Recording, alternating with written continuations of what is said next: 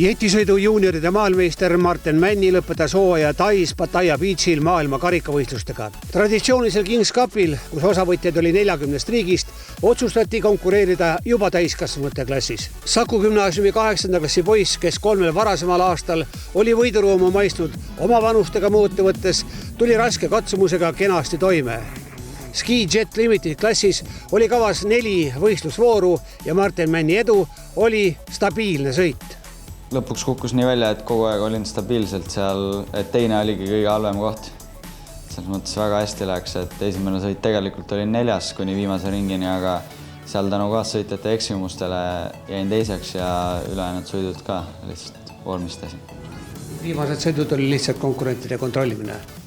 Ei, mul oli ikka viimase sõiduni päris pinge peal, aga viimane sõit kohe stardis saime hästi minema ja teisena tulime ja kuna poolakas oli minu taga 3., siis ma keskendusin ainult tema hoidmisele, et seal oli ikkagi arvestatud ja kalkuleeritud kõik.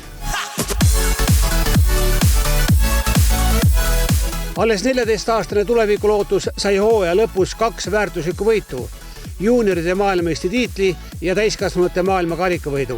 Kumba ta ise rohkem hindab? Ma arvan, et see aasta oli see maailmakarikas kõvem. Et eelmiste aastate koha pealt ma ei oska isegi öelda, aga see aasta mulle kindlasti endale meeldis rohkem seda maailmakarikat võita. Ja kaalu annab see, et see oli nii-öelda meesteklassis juba? Ja see oli meesteklassis ja see oli niisugune enam-vähem tugev meesteklass ka juba.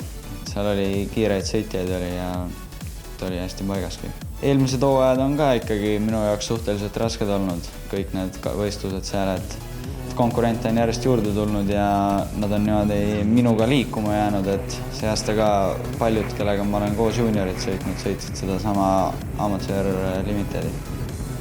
Kas tagantjärele öeldes võib öelda, et panite panus õigele klassile? Ja ma arvan kindlasti, et see oligi nagu ainuke eesmärk, mida minna sõitma sinna ja saime, ma arvan, kindlasti Eesti palju paremini liikuma kui MM-il oli ja töötas kõik. Uue hooaja plaanidesse peab mahtuma 10–12 võistlust Eestis ja Euroopas, et siis taas hooaja lõpus üritada maksimumi nii maailmameistrivõistlustel kui traditsioonilisel Kings Cupil. Martin Männi jätkab Ski Jeti Limited ja Open klassides. Üldiselt on olnud meil niimoodi 10 suvist võistlust enne suurtele võistlustele minekut ja prooviks võib-olla isegi natukene rohkem teha või samat joont hoida.